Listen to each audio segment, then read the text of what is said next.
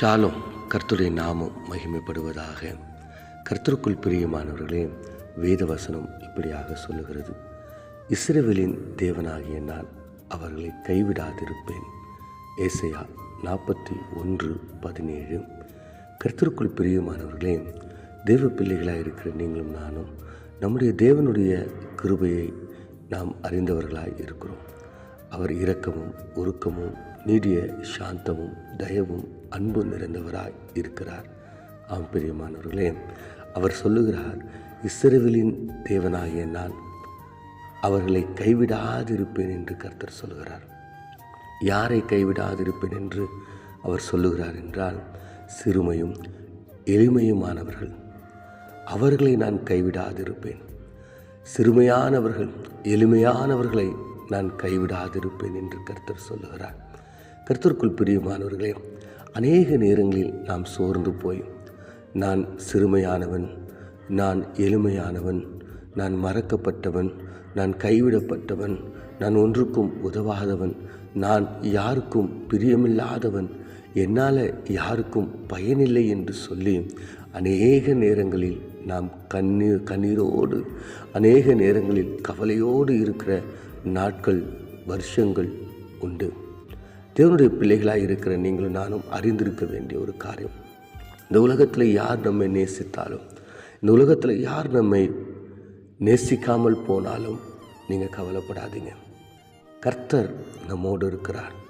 சிறுமையானவர்களை எளிமையானவர்களை நேசிக்கிற கர்த்தர் நமக்காக அவர் ஜீவனையும் கொடுக்க ஆயத்தமாக இருக்கிறார். அவர் சொல்லுகிறார், என்னுடைய அந்த சிறுமையானவர்கள், என்னுடைய அந்த எளிமையானவர்கள், அவர்கள் தண்ணீரை தேடி அது கிடையாமல் அவர்கள் நாவுகள் தாகத்தால் வறண்ட போதும் கர்த்தராகிய நான் அவர்களுக்கு செவி கொடுப்பேன் என்று சொல்கிறார்.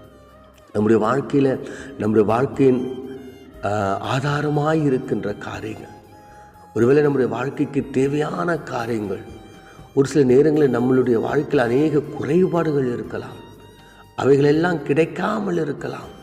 ஆண்டவர் சொல்லுகிறார், என் பிள்ளைங்க, எளிமையான என்னுடைய பிள்ளைங்க, சிறுமையான பிள்ளைங்க, புறக்கணிக்கப்பட்ட பிள்ளைங்க யாராக இருக்கட்டும், அவர்களுக்கு தேவையானதை நான் உருவாக்குவேன் என்று சொல்லுகிறார்.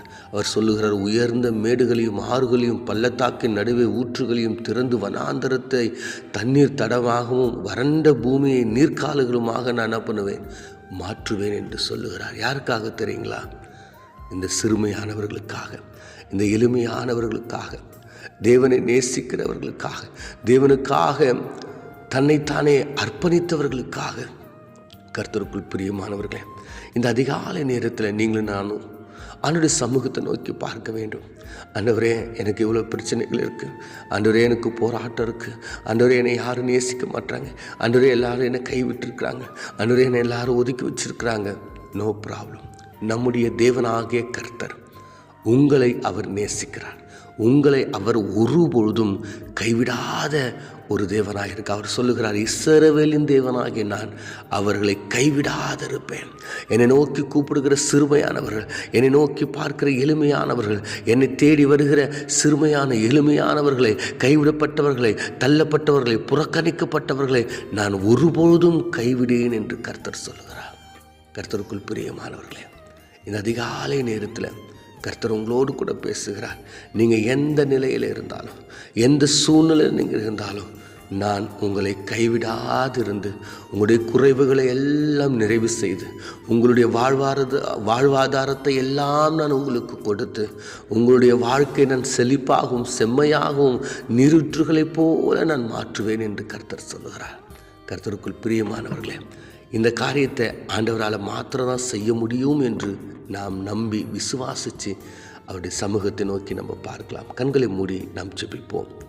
எங்களை அதிகமாய் நேசிக்கிற எங்கள் நல்ல தகப்பனே, நாங்கள் வாசித்த இந்த வேத வசனத்தின் பிரகாரமானவரே, சிறுமையான எளிமையான எங்களை நீர் கைவிடாதிருக்கிறீர் என்று நாங்கள் பார்க்கிறோம். ஆண்டவரே, ஆமாம் ஆண்டவரே, இந்த அதிகாலை நேரத்தில் என்னோடு கூட ஆண்டவரே நிறைய பேர் அன்று தனிமையிலும் கஷ்டத்திலும் கவலையிலும் கண்ணீரிலும் வேதனையிலும் ஆண்டவரே பலவீனத்திலும் கடன் பிரச்சனைகள் இப்படி அநேக சூழ்நிலையினால் தங்களை தனிமையாய் உணர்கின்ற கைவிடப்பட்ட நிலையில் உணர்கின்ற ஒவ்வொரு பிள்ளைகளையும் இந்த அதிகாலை நேரத்தில் நீர் கைவிடாமல் மீண்டும் அணைத்து கொண்டு அவர்களுடைய குறைவுகளை எல்லாம் நிறைவு செய்து ஆசீர்வதிக்கும்படியாக இயேசுவின் மூலம் ஜெபிக்கிறோம் நல்ல பிதாவே, ஆமேன்.